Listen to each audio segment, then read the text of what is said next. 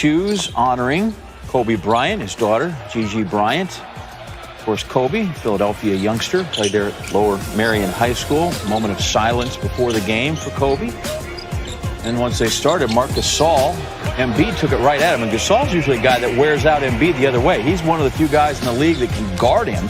But Embiid backs him up a little bit, gets him on his heels. Shooters roll over that. 13 points in the first quarter for Embiid. Generally against Gasol, he averages 10.5 per game. So he found something to exploit in this one. LeBron finds something to exploit all the time. He's just that good. 16 points in the paint in the first half. That's the most he's had in a half as a Laker. For the third straight half, he had at least 20 points, which ties the longest streak he's had in a decade. 22 points in the opening 24 minutes, 9 of 13 shooting. Lakers down 4. So we got a tight one. Third quarter, this is not good for Embiid. He's had some injury things. He's had some back issues. He goes up for the dunk, and he lands flat, prone on the back, as you can see. That's a guy that is hurting. I mean, it's called the hardwood, you know. That's not a high jump mat that you fall onto. He stays in the game, and you can see, boy, he is moving slowly there. They leave him open, drains the three. He just keeps playing on despite the grimacing. Sixers up 7 after 3. We go into the fourth quarter. The lead's now 12. Danny Green, former Laker. Nice feed there from Ben Simmons. Simmons, 17-point, triple-double. Did some nice work. Lakers trailed by 14 with 5 to play. They get it down to 7 with 2 to go. Dennis Schroeder, here's open, and there's wide open. Splash that in your face. So the Lakers cut it to 4. Doc Rivers, we're gonna need a timeout. It's not all Blake's fault. Lakers get a stop again. Kentavious Caldwell-Pope in the corner for 3. We've got a 1-point game thanks to number 1. It's tight after another stop. 15 seconds to play. LeBron. They inbound it. LeBron gets it to a cutting Anthony Davis. And like that, the Lakers have a 13-zip run and the lead with 11 seconds left. 11 seconds, a lot of time. Sixers get the last shot. Doc dials this up. Tobias Harris on Alex Caruso. Harris, former Bucksman. Also played for Doc with the Clippers, comes through. Drops that beautiful little pull-up jumper. No timeouts for the Lakers. So they get it to Anthony Davis, and he's falling, and he can't get up. The Sixers hang on to win at 107-106. Embiid, 28-6. LeBron, 34, 6 rebounds, 6 assists as well. More statistics about sports here from Bonds. Double-digit leads, sort of, once a quarter almost, that you guys had to kind of dig your way out of. It was a game of rust for them. The first quarter was we put them to the free throw line way too much. I believe they had 12 free throw attempts at the end of the first quarter, something like that. And B probably may have like 8 of those. And it allowed them to get their defense set, neutralized us being able to get stops to get out on the break. So we had to do a better job of that. But I thought, listen, besides that, we held them to 21 points in the second, 26 and 26, and and gave ourselves an opportunity to win at the end, and it didn't go our way. But I loved our fight. But you got to do a better job with keeping our hands out of the cookie jar, especially with a guy like Embiid who has, Harden like, magic as far as the swipe moves and things of that nature. Up until that final run there, the shots weren't going down. That's happened a couple times on this trip. Have you seen anything different, or is it sort of make-miss in the way that you guys are getting shots and then converting from the perimeter? I think we got some great looks. We play the same way every game. It's not like we change our approach, and our shooters kind of struggle tonight, obviously. We need, to open up the perimeter a lot more, but we got some great shots. Didn't make. Well, hey LeBron, that closing lineup you guys had tonight, a lot of teams, even dating back to last postseason, has struggled when you and AD are with 3 other perimeter players. Do you feel like that lineup they had tonight is a little bit of a ace in the hole that you guys have to really match up well with anybody? Well, it's always good to know that you can go down the stretch and go to AD at the 5 and me at kind of like that point forward, and then surround us with guards and shooters. And defenders if need be. We have a lot of minutes as far as with AD at the 5 and me kind of playing the 4 on defense and playing the point on the offensive end. So it was a good lineup for us. And then also having KCP out there with AC and Dennis, just gives us a lot of dimension, both offensively and defensively. And Sorry about that. LeBron, AD was under 20 points again tonight. What do you think of his offensive rhythm right now? And are there things that you guys can do to try to get him going a little bit more, or is this just him working his way into the season still? You said AD? Yeah, Anthony. No, I thought he missed some shots that he's accustomed to making. And I think AD is in a pretty good rhythm right now, and I think every game is getting better and better for him. But it's our job to get him the ball. It's our job to get him the ball. And I thought we did a great job at times. At times we did not. So we got to be better as well with that. Dave? About a couple of years back, we were in Philly, and you were talking about the Sixers squad and the expectations placed upon them. And you said everybody wants instant oatmeal, but it takes some time for these things to come together. How do you view them now, the number one team in the East, and they played you guys down to the wire? I think it's a really good team that they put together. I give a lot of credit to Ellen Brand and the things that they're doing here. Obviously Doc is always won pretty much wherever he's been, and you got him playing some really good basketball. So we see as the season goes on, there's going to be a lot of teams in the Eastern Conference that's going to play championship basketball down the stretch. I know they believe that they're one of those teams. Two more, Bill? Hey, LeBron. That run that you guys had in the fourth, started with a couple of buckets from Alex, and then he has steal in there also. I'm just wondering, how have his contributions maybe evolved, or what is different about the way he's contributing to this group this year, and just how much better is he than he was a year ago? I mean, AC is whatever we need. AC is kind of a Swiss Army knife, to be honest. If you need scissors, you need a wine opener, you need a fingernail clipper, if you need a knife, he's all of that in one. He can do it all. I mean, he just helps our ball club in so many different ways. He can bring the ball up, play the point. He can play off the ball. I mean, he's shooting, dead eye from the three this year, and he defends at a high level, and he doesn't make many mistakes. So, you always can live with that. You can live with a guy on the floor like that and just play championship basketball. So you make him open your wine for you?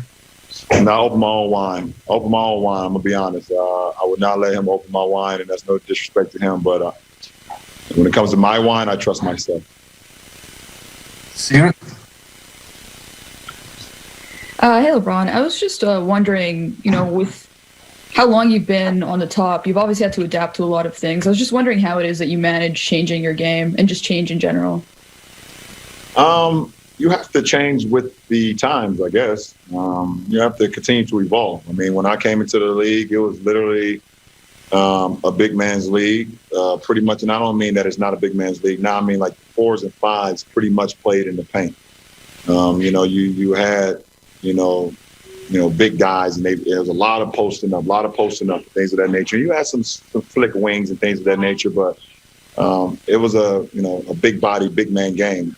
And as the league evolves, you have to be able to evolve with it if you want to keep up with the time, keep up with the Joneses, or keep up with the Jameses in my case.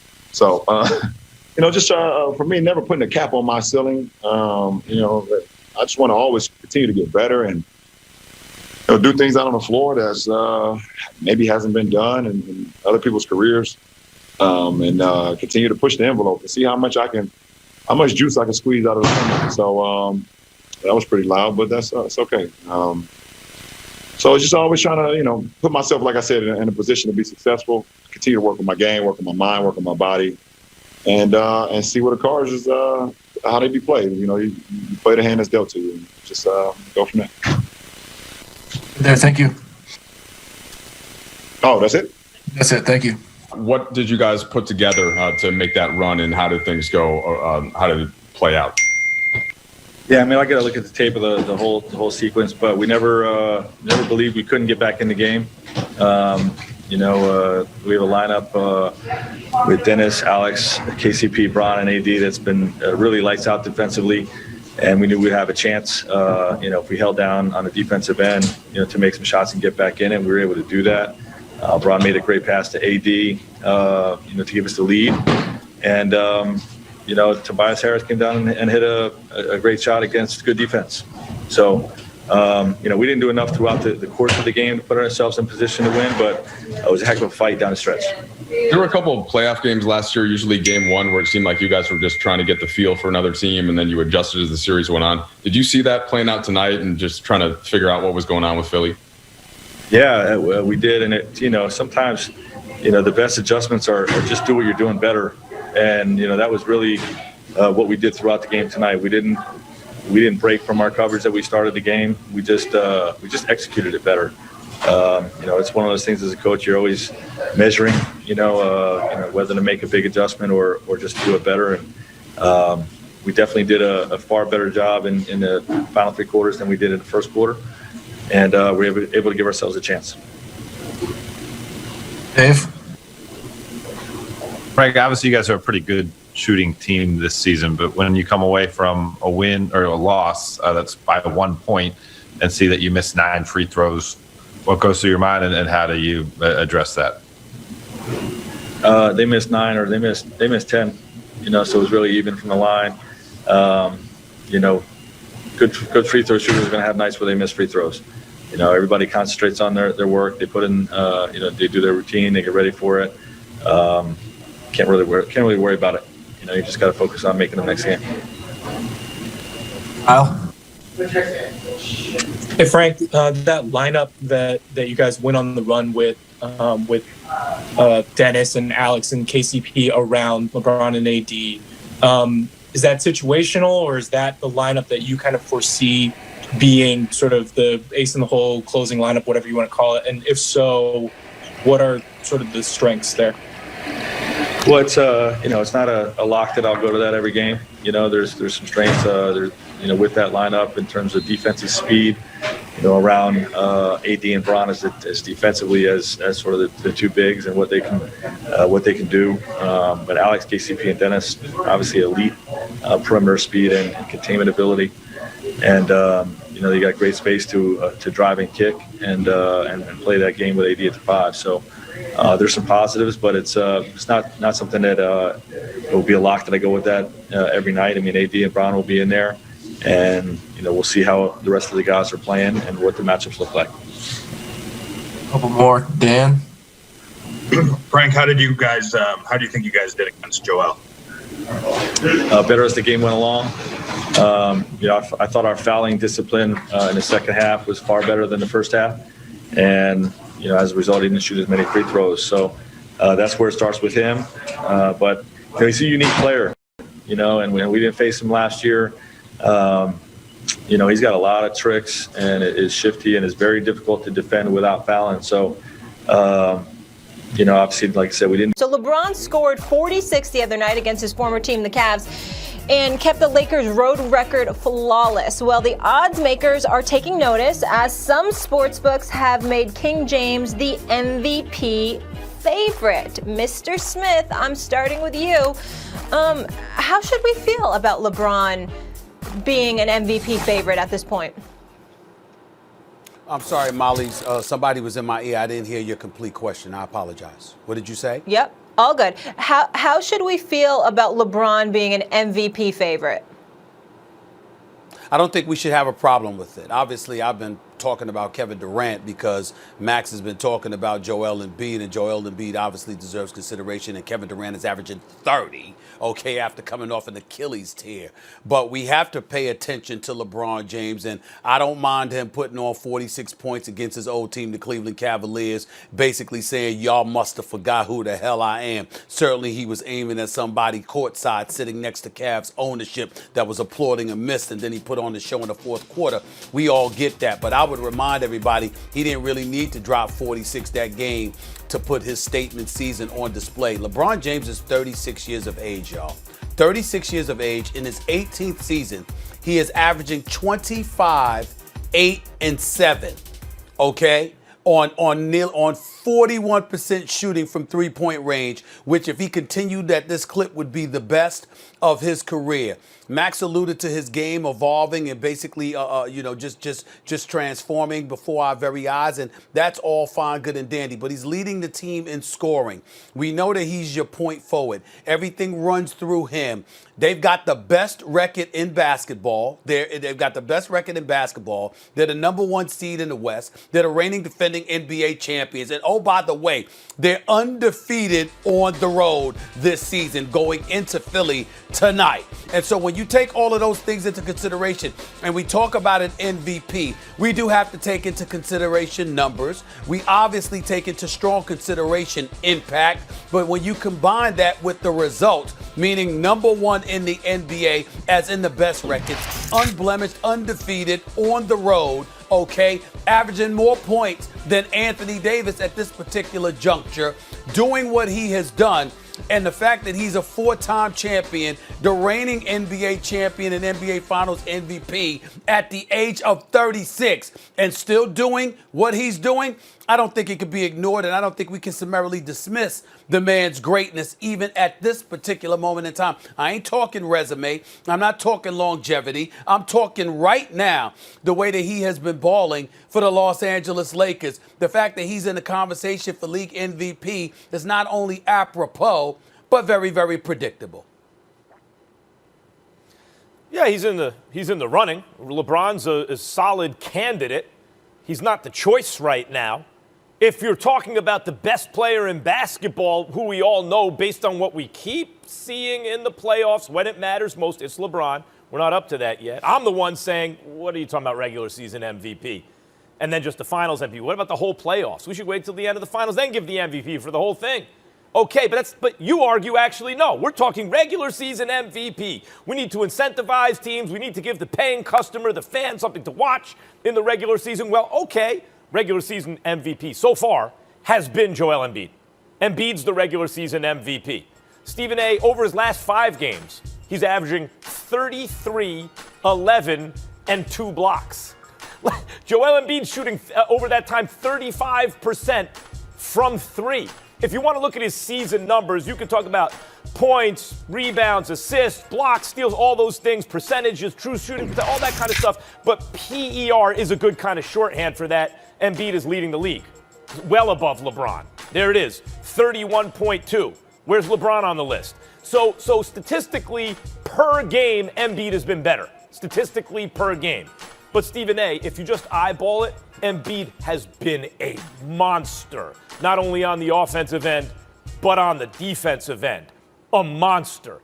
Maybe the best player in the game defensively. And by the numbers per game, he's the best player in the game offensively. What else is there? There's defense and there's offense, but there's more. LeBron's played in all 18 games. His team is in first place. He is playing with AD, another MVP caliber player. As good as Simmons is, he's not that. LeBron's got AD. They're probably going to split the vote. They're in first place. So are the Sixers. Well, Embiid's only played in 14 games. It hasn't affected where his team is. They're in first place. Now, he has missed 4 games. Tightness in his back and everything. Okay. What happened in those 4 games? It hasn't hurt their position in the standings, in first place in the conference. And what you see when Embiid doesn't play, they don't just kind of barely lose. They get blown out by teams that they beat with Embiid. Stephen A., they have Dwight Howard.